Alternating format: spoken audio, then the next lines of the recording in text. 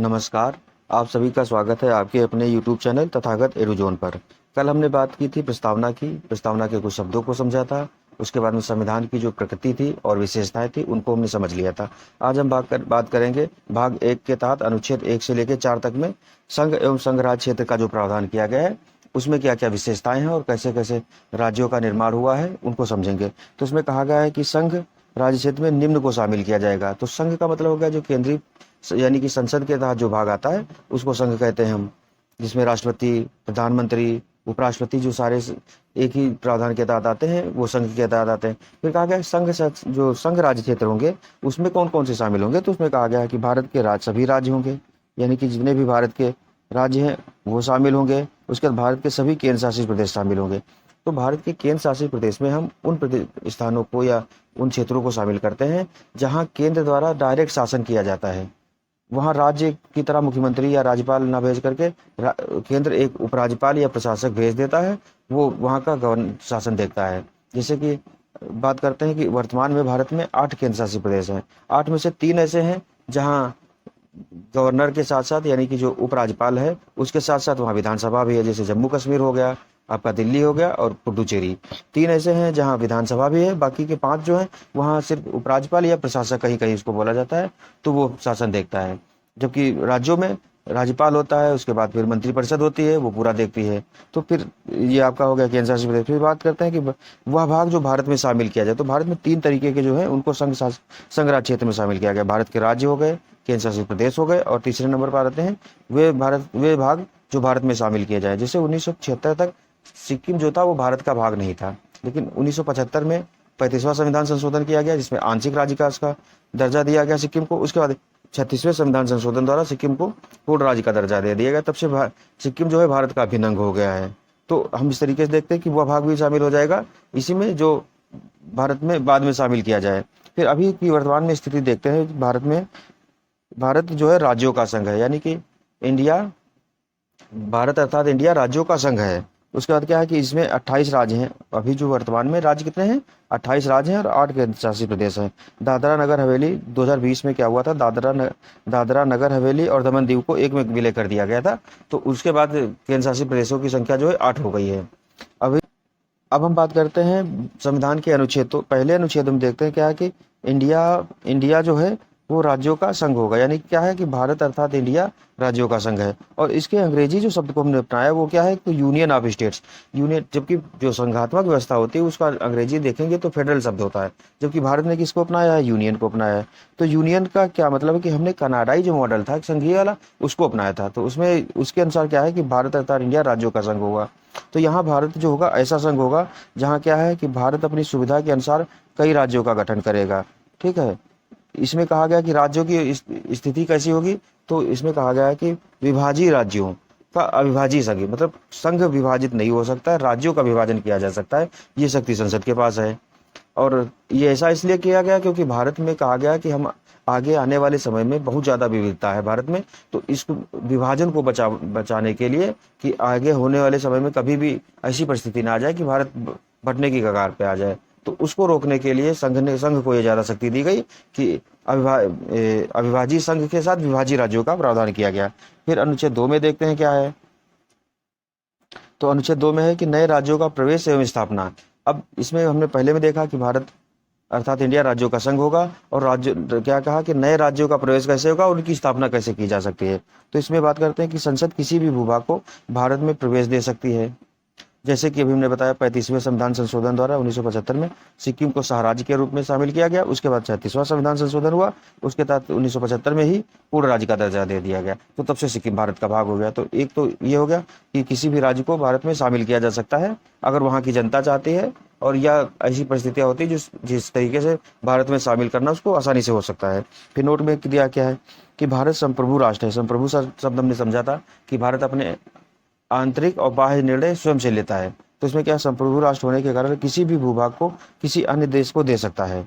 तो इसमें कहा कि भारत अपने किसी भी भूभाग को अन्य देश को दे सकता है। इसके लिए क्या होगा कि या किसी भूभाग को भारत में शामिल कर सकता है। दोनों प्रावधान दे भी सकता है और ले भी सकता है, लेकिन इसके लिए क्या करना होगा, तो संविधान संशोधन करना होगा। जब भी भारत इस तरीके की कंडीशन में आएगा तो उसको संविधान संशोधन करना होगा। जैसे कि भारत में अभी 2015 के आसपास संविधान संशोधन हुआ था, 6वां संविधान संशोधन अधिनियम द्वारा क्या किया गया था, भारत बांग्लादेश भूमि हस्तांतरण समझौता हुआ था।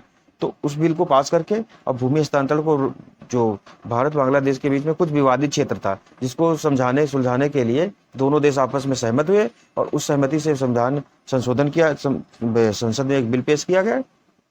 पेश करने के बाद उसके तहत क्या किया गया कि ये 6वां संविधान संशोधन करके क्या किया गया, जिसमें भारत के 111 क्षेत्र, यानी कि भारत ने अपनी तरफ से 111 क्षेत्रों को तथा बांग्लादेश को दे दिए और बांग्लादेश ने क्या किया, 51 क्षेत्र भारत को दे दिए। तो ये आपसी, यानी कि इसको बोलते हैं म्यूचुअल अंडरस्टैंडिंग से जो समझौते होते हैं उसके लिए संविधान संशोधन करके आपसी अदला बदली हम लोग कर लेते हैं। तो इस तरीके का भारत में हो चुका है। लेकिन दूसरी जगह ये भी कहा गया है कि यदि कोई विवादित भूभाग है, ये तो था कि इसमें विवादित, पहले विवादित था लेकिन विवाद उसका ऐसा नहीं था कि इसको हम विवादित माने, क्योंकि दोनों देशों के बीच में उसको प्रशासनिक दक्षता को बढ़ावा देने के लिए एक समझौता हुआ था। तो उस समझौते में दोनों देशों की सरकार मान गई, तो मतलब विवाद खत्म हो गया था जो भारत और बांग्लादेश के बीच हुआ। लेकिन कहा कि अगर ऐसा कोई विवादित क्षेत्र होता है भारत और किसी अन्य देश के बीच में, तो उस विवाद को सुलझाने के लिए भारत क्या कर सकता है, वह भूभाग किसी देश को दे सकता है। लेकिन इसके लिए क्या होगा, तो इसके लिए संविधान संशोधन की आवश्यकता नहीं है, उसे कार्यपालिका के सामान्य हस्ताक्षर द्वारा आदान प्रदान किया जा सकता है।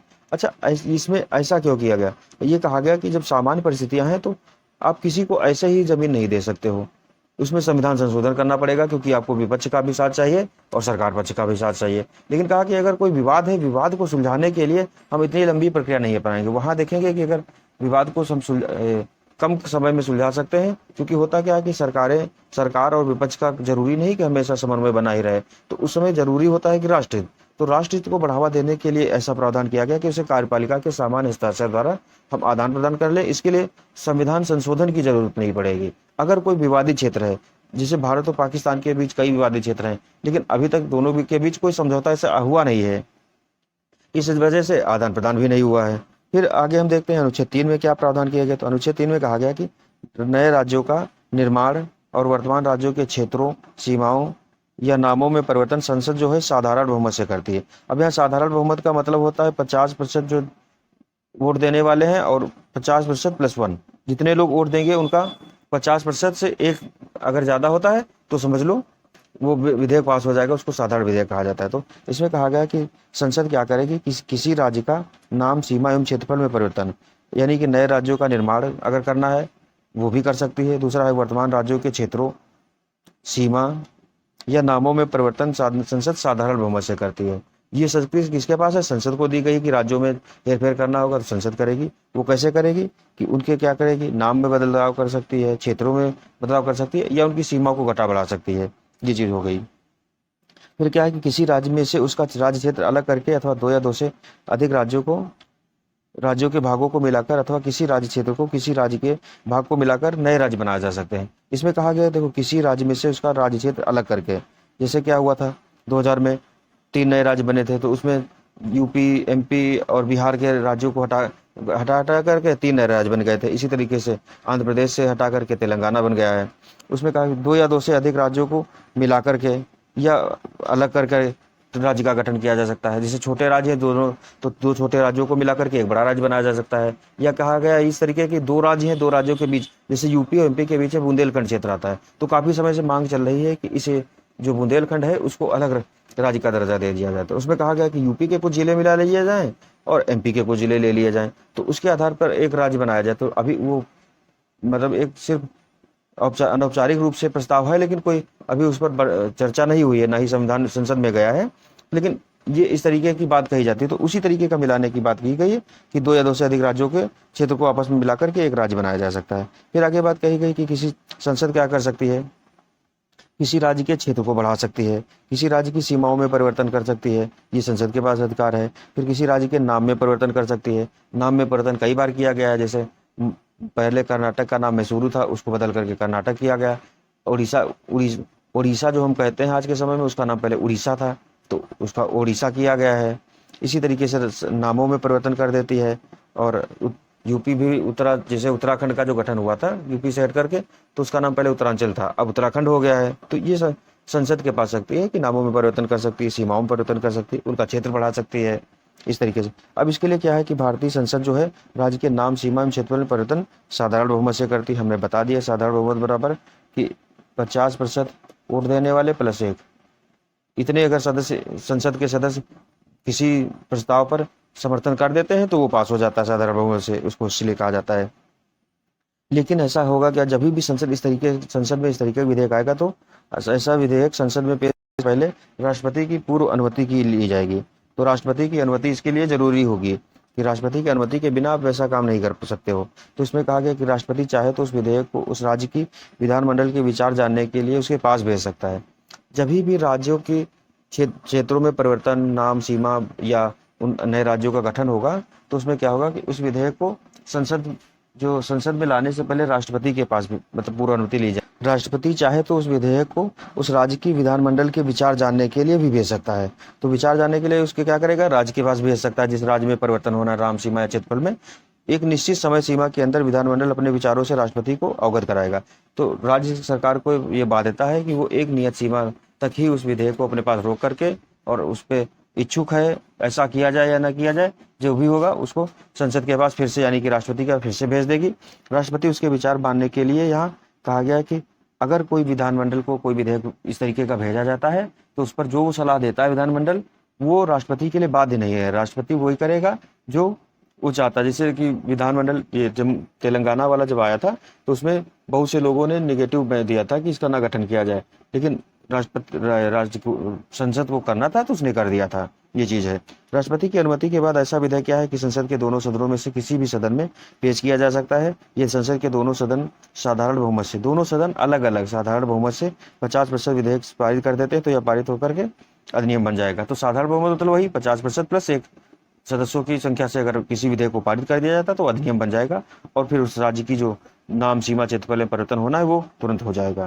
फिर आगे हम देखते हैं क्या है। तो अनुच्छेद 4 में कहा गया है कि यदि संसद अनुच्छेद 2 और 3 में कोई परिवर्तन करता है, मतलब अनुच्छेद 4 में कहा गया है कि अगर अनुच्छेद 2 और अनुच्छेद 3 में कोई परिवर्तन होता है तो भारतीय संविधान की अनुसूची 1 और अनुसूची 4 में परिवर्तन होगा और यह 368 के साथ संशोधन नहीं माना जाएगा। मतलब संविधान संशोधन नहीं माना जाएगा, इसको साधारण संशोधन की कैटेगरी में शामिल किया जाता है। तो इसमें ऐसा क्यों किया गया कि अनुच्छेद 2 और 3 में अगर कोई परिवर्तन होता है तो याद करो कि अनुसूची 1 में क्या था कि अनुसूची 1 में वही प्रावधान थे कि राज्यों की संख्या दी थी, राज्य केंद्र शासित की संख्या दी थी, उनकी स्थिति दी थी।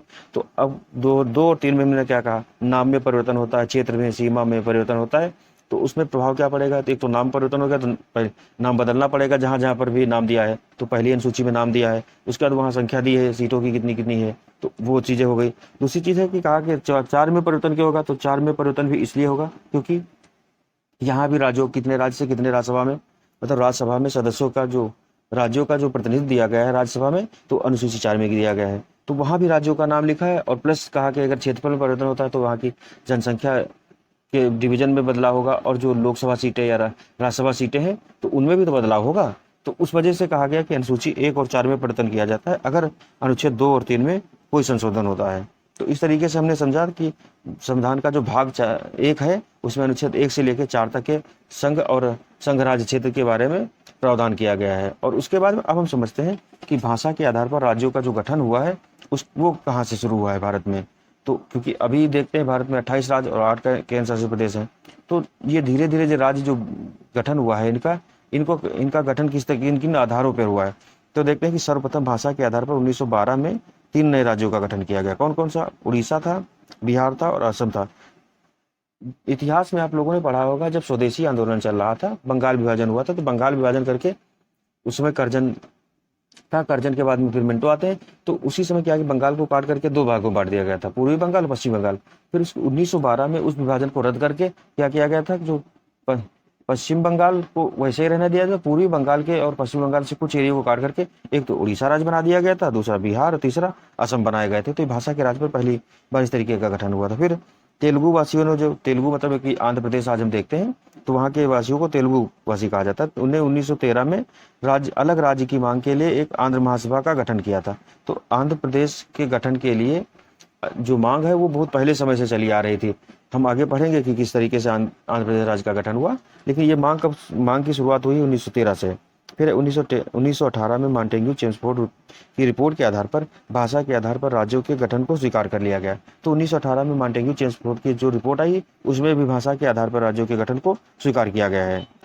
उसके बाद 1930 में भारतीय कानून आयोग में भाषा, धर्म, जाति, क्षेत्र इत्यादि के आधार पर राज्य के गठन को स्वीकार कर लिया गया है। इसके फलस्वरूप क्या हुआ कि 1936 में सिंध प्रांत का नए प्रांत के रूप में गठन किया गया है। तो ये 1930 में एक भाषा है भारतीय कानून आयोग बना था, उसमें कहा गया था कि किन किन आधारों पर राज्यों का गठन हो सकता है। उन आधारों पर 1936 में सिंध प्रांत का गठन किया गया है। फिर आगे बात करते हैं कि 27 नवंबर 1947 को जब भारत आज़ाद हुआ है तो भारत में ये तो मांग जो स्वतंत्रता सेनानी थे तो उन्होंने कहा था कि भारत में राज्यों का गठन मतलब भाषाओं के आधार पर होगा और जो प्रशासनिक सुविधाएं होंगी उनके आधार पर प्लस जनता की जो मांग रहेगी उसके आधार पर राज्यों का गठन करने का प्रयास किया जाएगा। लेकिन हुआ क्या कि सांप्रदायिकता भारत में इतनी ज़्यादा बढ़ गई थी, सांप्रदायिकता और भाषा को लेकर के इतना ज़्यादा संकीर्णता हो गई थी, तो जितने भी जो राष्ट्रीय नेता थे वो चाह रहे थे कि जो उन्होंने मांग स्वीकार की थी उससे वो डरने लगे थे कि भारत में अगर हम राज्यों का गठन भाषा के आधार पर करेंगे तो बहुत भारत में राज्य हो जाएंगे कि क्योंकि बहुत सारी भाषाएं भारत में हैं और हर भाषा वाला चाहेगा कि हमको अलग राज्य दिया जाए। तो इसका परीक्षण करने के लिए कि क्या राज्यों का गठन हो सकता है भाषा के आधार पर, तो उसके लिए 27 नवंबर हम देखते हैं 27 नवंबर 1947 को इसके अध्यक्ष की अध्यक्षता में एक 4 सदस्यीय समिति बनाई गई। ठीक है, गठन किया गया। इसका कार्य क्या था, विशेषकर दक्षिण भारत में उठ रही भाषा के आधार पर मांग उचित है या अनुचित इस पर विचार करना था। तो हमने बताया कि 1913 में आंध्र महासभा का गठन हुआ तो वो भाषा के आधार पर ही हुआ था और इस समय तक आकर के भाषा के आधार पर राज्यों की मांग बहुत ज्यादा तेज हो गई थी, उसी पर विचार करने के लिए ये काम कर रही थी। तो इसने राज्यों के गठन के लिए भाषा के आधार पर राज्य गठन को नकार दिया है। तो इसने अपनी रिपोर्ट में भाषा के आधार पर राज्यों के गठन को नकार दिया है, जिसका दक्षिण भारत में तीव्र विरोध हुआ। तो वहां आंदोलन चल रहा था, तो इस वजह से जैसे इसने नकारा उधर विरोध और बढ़ गया। फिर क्या हुआ कि दिसंबर 1948 में कांग्रेस के जयपुर अधिवेशन में एक 3 सदस्यीय समिति बनाई गई। तो इसने जब अपनी रिपोर्ट में नकार दिया तो वहां जब से दक्षिण भारत में विरोध और तेज हो गया, तो उसकी वजह से क्या हुआ कि कांग्रेस के ये जयपुर अधिवेशन में एक और समिति बनाई गई, उसको हम लोग बोलते हैं जेबीपी समिति। 3 सदस्य थे, जेबीपी मतलब जवाहरलाल नेहरू, सरदार वल्लभ भाई पटेल और पट्टाभी सीतारमैया। तो 3 सदस्यों के मिलकर के एक समिति बनाई गई। इसका काम भी क्या था कि भाषा के आधार पर राज्यों की गठन की जांच करना था। तो उसमें नकार दिया गया था, फिर से एक समिति बनी जिसमें जेबीपी समिति भी कहते हैं। जेबीपी में जवाहरलाल नेहरू, सरदार वल्लभ भाई पटेल और पट्टाभी सीतारमैया थे। तो इनका काम भी था कि भाषा के आधार पर राज्यों का गठन उचित है या अनुचित इसका परीक्षण करना था। इस समिति ने क्या किया कि इस समिति ने भी अपनी रिपोर्ट में भाषा के आधार पर राज्यों के गठन को अस्वीकार कर दिया। जो पहले वाली समिति ने किया था वही इस समिति ने किया। तो इसके फलस्वरूप क्या हो, लेकिन इसने क्या कहा कि प्रशासनिक दृष्टिकोण से राज्यों का गठन किया जाता है। तो इसने भाषा के आधार पर राज्यों के गठन को नकार दिया, लेकिन कहा कि प्रशासनिक आधार पर हम राज्यों का गठन कर सकते हैं। तो प्रधानमंत्री नेहरू ने कहा कि भारत लोकतांत्रिक देश है और जनभावना का आदर किया जाएगा। उस साथ साथ उन्होंने यह भी कहा कि भारत लोकतांत्रिक देश है और यहाँ जनभावनाओं का आदर किया जाएगा। अगर बड़े स्तर पर जनता की मांग है कि ऐसा मतलब भाषा के आधार पर राज्यों का गठन किया जाए तो हम उसको बहुत नकार नहीं पाएंगे, ये चीज उन्होंने कहा। तो यदि जनता किसी मांग को व्यापक रूप में उठाती है तो उसकी मांगों को ध्यान में रखा जाएगा। मतलब मेन प्रशासनिक आधार पर राज्यों का गठन होगा, लेकिन जनता की जो वृहद स्तर पर जो मांग है उसका भी सम्मान किया जाएगा। तो इस दिशा में हम देखते हैं क्या हुआ कि इसके परिणाम स्वरूप तेलुगु वासियों ने अलग राज्य की मांग के लिए जन आंदोलन शुरू कर दिया। आंदोलन चल ही रहा था, आंदोलन और तेज हो गया। तो जिसका नेतृत्व कौन कर रहा था, कांग्रेसी नेता थे पोट्टी श्री रामुलु।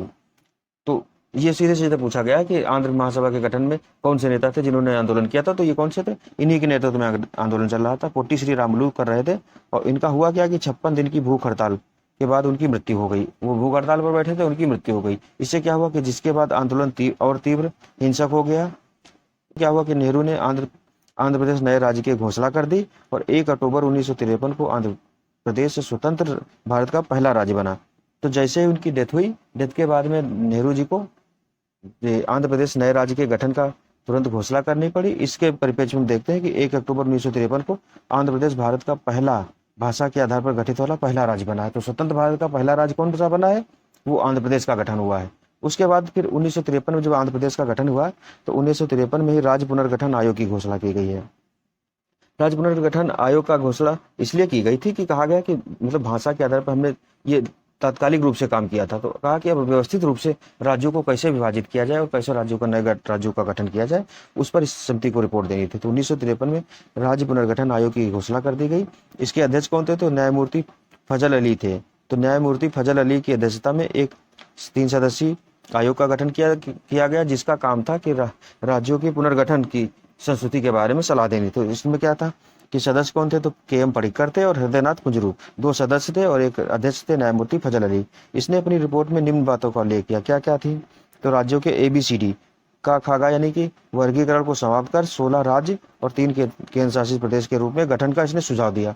अच्छा, भारत में क्या था कि जब हम देखते हैं कि स्वतंत्र जब भारत हुआ था तो 560 के आसपास रियासतें थी, रियासतों को मिला लिया गया था। तो उसमें से किया गया था कि जो पहले से 11 प्रांत थे तो 11 प्रांतों को रखा गया था। उसके बाद जो रियासतें मिलाई गई थी तो उनमें था कि जो प्रांत में लगने वाली थी, जिस प्रांत के मिलने वाली रियासत थी तो उसको प्रांत में सम्मिलित कर लिया गया था। बाकी जो नहीं रियासतें किसी प्रांत से नजदीक हो पा रही थी तो उनको क्या किया गया था, ABCD राज्य के रूप में शामिल कर दिया गया था। ए में वो राज्य थे जहाँ हिंदी भाषी थे पूर्णतः, बी में थे कि हिंदी भाषा समझने वाले तो थे, मतलब हिंदी भाषा जो थी वो द्वितीय स्तर पर थी, दूसरी भाषा वहाँ की लोकल थी। तीसरी वाली ऐसे थी कि हिंदी भाषा समझी जाती थी लेकिन लिखी नहीं जाती थी। और चौथे स्तर पर ऐसे राज्य थे जहाँ हिंदी भाषा बिल्कुल नहीं समझी जाती थी। तो इस आधार पर 4 श्रेणी बनाई गई, काखागा कर दिया गया। उसमें कुछ में केंद्र शासित प्रदेश भी बना दिए गए, वो बाद में हम देखते हैं। तो ये जो वर्गीकरण था ये इस तरीके से आधार पर किया गया। तो इसने कहा कि ये जो ABCD वर्गीकरण है, जो राज्य पुनर्गठन आयोग बना, इसने कहा कि इस वर्गीकरण को समाप्त करके 16 राज्य और 3 केंद्र शासित प्रदेशों के रूप में नए राज्यों का गठन किया जाए। फिर आगे इसके देखते हैं क्या हुआ। तो भाषा, धर्म, संस्कृति के आधार पर राज्यों का गठन नहीं किया जा सकता है। तो इसने ये भी कहा कि भाषा, धर्म और संस्कृति के आधार पर राज्यों का गठन नहीं किया जा सकता है, क्योंकि हम देखते हैं कि धर्म के आधार पर ही 1947 में भारत का विभाजन हुआ था, जिसमें पूर्वी पाकिस्तान और पश्चिमी पाकिस्तान बनकर के आए थे। भाषा के आधार पर अगर राज्यों का करते हैं तो बहुत सी भाषाएं भारत में थी, इस वजह से। फिर संस्कृति, भारत में हमने कहा कि सांस्कृतिक विविधता इतनी ज़्यादा है कि भारत बहुत से देशों का देश हो जाता, तो ये भारत में नहीं चाहेगा कि ऐसा ना किया जाए। तो इसमें कहा कि इस समिति की रिपोर्ट को भारतीय संसद में राज्य पुनर्गठन अधिनियम 1956 के रूप में पेश किया गया है। कुछ संशोधनों के साथ इसको पेश किया गया था। क्या था, 14 राज्य और 5 केंद्र शासित प्रदेश के रूप में स्वीकार कर लिया गया। तो इसकी रिकमेंड थी 16 राज्य, 3 केंद्र शासित प्रदेश, लेकिन क्या गया, 14 राज्य और 5 केंद्र शासित प्रदेश के रूप में इसकी जो समिति की यानी कि आयोग की जो रिपोर्ट थी उसको स्वीकार कर लिया गया है। हमने बताया था कि 7वां संविधान संशोधन किया गया था, उसमें जो 7वां खंड था यानी कि भाग जो 7 था उसको निरस्त कर दिया गया। तो उसका निरसन इसीलिए किया गया था कि जो ABCD के आधार पर राज्यों का गठन था उसको समाप्त करके फिर नए तरीके से राज्यों का पुनर्गठन किया गया, तो वहां की उसकी समाप्त कर दिया गया था। ये चीज हुई। अब देखते हैं कि 1950 के बाद में जो राज्यों का गठन हुआ है वो किस तरीके से हुआ, तो कौन कौन सा राज्य पहले बना और किससे काट करके कौन सा राज्य बनाया गया। तो उसमें देखते हैं कि 1953 में मद्रास जो था, मद्रास यानी कि जो चेन्नई है आज का, उसको मद्रास पहले कहते थे। तो मद्रास राज्य के कुछ भूभाग को निकालकर आंध्र प्रदेश नए राज्य का गठन किया गया 1953 में। इसके लिए बताया था कि बहुत पहले से मांग चल रही थी। तो पहले तेलुगु भाषी राज्य बना था आंध्र प्रदेश। फिर दूसरे नंबर पर हम देखते हैं कि 1960 में बम्बई राज्य को विभाजित करके गुजरात और महाराष्ट्र 2 नए राज्य बनाए गए। तो आज जो मुंबई है, पहले मुंबई का नाम बम्बई था, तो बम्बई के जो गुजरात और महाराष्ट्र वाला एरिया है वो मुंबई नाम से ही प्रशासित होता था। हमने बताया था कि किस तरीके से अंग्रेजों के समय मुंबई और कोलकाता फिर मद्रास, 3 प्रांत थे, फिर 3 से बढ़कर के और प्रांत बढ़ते गए। तो इस तरीके से हम देखते हैं कि बम्बई जो था इसको काट करके 2 राज्य बनाए गए। तो यहाँ भी दिक्कत यही थी भाषा वाली कि एक तो मराठी भाषी थे, दूसरे थे गुजराती भाषी।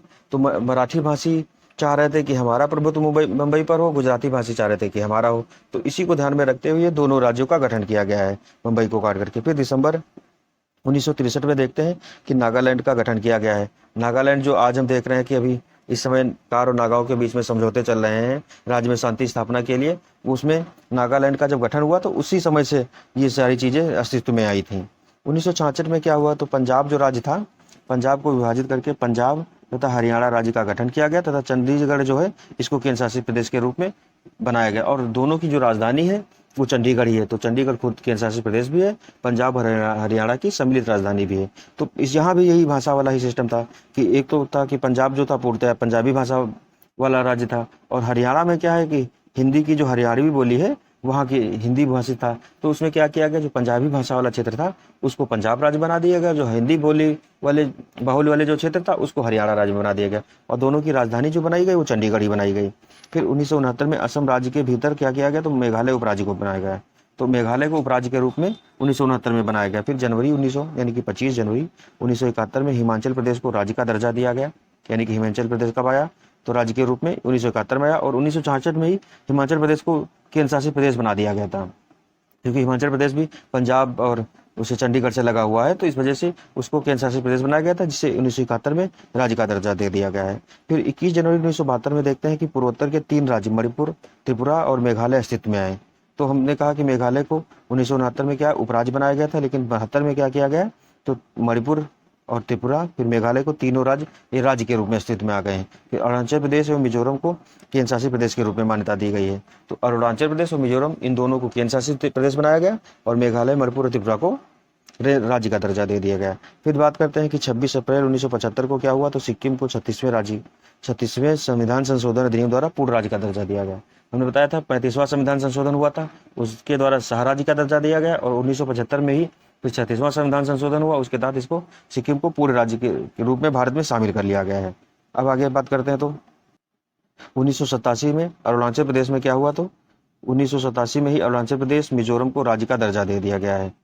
इससे पहले मिजोरम और अरुणाचल प्रदेश केंद्र शासित प्रदेश के रूप में थे, अभी इनको राज्य का दर्जा दे दिया गया। 1987 में ही गोवा को भी राज्य का दर्जा दे दिया गया है। 1961 में गोवा को पुर्तगालियों से लिया गया था, पुर्तगालियों को हटा करके वहां से भारतीय जो शासन था वो स्थापित हुआ, तो 1961 में हुआ था, उसको केंद्र शासित प्रदेश के रूप में मान्यता दे दी गई थी। अभी क्या हुआ कि 1987 में गोवा को राज्य का दर्जा दे दिया गया, जबकि दमन व दीव को केंद्र शासित प्रदेश के रूप में मान्यता दे दी गई है। ठीक है। अब है कि राज्य पुनर्गठन अधिनियम 1956 द्वारा मैसूर रियासत को 1973 में क्या किया गया, तो कर्नाटक नाम दिया गया। हमने बताया ना कि संसद क्या करती है, राज्य के नाम, सीमा एवं क्षेत्र में परिवर्तन साधारण बहुमत से करती है, तो उसी के तहत 1973 में क्या किया कि जो मैसूर नाम था उसका नाम बदल करके कर्नाटक कर दिया गया, जो अभी का कर्नाटक उसका नाम मैसूरू था। ठीक है। फिर 1 नवंबर 2000 को क्या हुआ कि मध्य प्रदेश के से कुछ भाग को काट करके छत्तीसगढ़ राज्य बनाया गया, तो मध्य प्रदेश से काट करके छत्तीसगढ़ राज्य बना है। 9 नवंबर 2000 को क्या हुआ, तो उत्तर प्रदेश से काट करके उत्तराखंड राज्य बनाया गया है। उसके बाद 15 नवंबर 2000 को क्या हुआ, तो 28वें राज्य के रूप में बिहार से अलग करके झारखंड नया राज्य बना है। तो इस तरीके से देखते हैं कि ये झारखंड, बिहार, झारखंड, उत्तराखंड और छत्तीसगढ़ 3 नए राज्य बने। उसके बाद में फिर आगे तो 2 जून 2014 को आंध्र प्रदेश को विभाजित करके तेलंगाना राज्य का गठन किया गया है। तो 2 जून 2014 को आंध्र प्रदेश को विभाजित करके तेलंगाना राज्य का गठन किया गया, क्रम से 29वें राज्य के रूप में तेलंगाना का गठन हुआ। फिर क्या हुआ कि 5 अगस्त 2019 को जम्मू कश्मीर को क्या किया गया, तो जम्मू एवं कश्मीर और लद्दाख 2 केंद्र शासित प्रदेशों में बांट दिया गया है। तो जम्मू कश्मीर और लद्दाख दो केंद्र शासित प्रदेशों में इसको बांटने के बाद क्या हुआ, तो 31 अक्टूबर 2019 से 28 राज्य शेष बच गए हैं। तो इन दोनों की जो प्रस्ताव आया था संसद में, प्रस्ताव को पास करके अधिनियम बन गया 5 अगस्त को। उसके बाद इसको लागू कब से किया गया, तो 31 अक्टूबर 2019 से लागू किया गया है। ये पूछा जाता है कि पास कब हुआ था, तो 5 अगस्त को हो गया था, लेकिन लागू कब से हुआ था, 31 अक्टूबर 2019 से। 31 अक्टूबर को सरदार वल्लभ भाई पटेल की जयंती मनाई जाती है, उसी दिन को मतलब मनाने के परिप्रेक्ष्य में इसको लागू किया गया था। तो तब से 28 राज्य हो गए हैं। उसके बाद 2020 में दमन और दीव तथा दादरा और नगर हवेली को सम्मिलित करने के बाद केंद्र शासित प्रदेश की वर्तमान संख्या कितनी हो गई, तो 8 हो गई है। तो इस तरीके से हमने देखा कि भारत में राज्यों का गठन 1950 से लेकर के अभी तक कैसे हुआ, उसके बाद उनके नामों में कुछ परिवर्तन हुआ है, कैसे नाम परिवर्तन हुआ, कैसे सीमा बदली गई, और कैसे जो केंद्र शासित प्रदेश थे उनका। तो हमने यहाँ तक समझा। अब कल हम समझेंगे नागरिकता वाला जो भाग है। आज तो ये आपका संघ और संघ राज्य क्षेत्र का भाग हो गया है, कल नागरिकता, फिर उसके बाद मूल अधिकार हम देखेंगे। तो आज इसको यही रोकते हैं। थैंक यू और जय हिंद, जय भारत।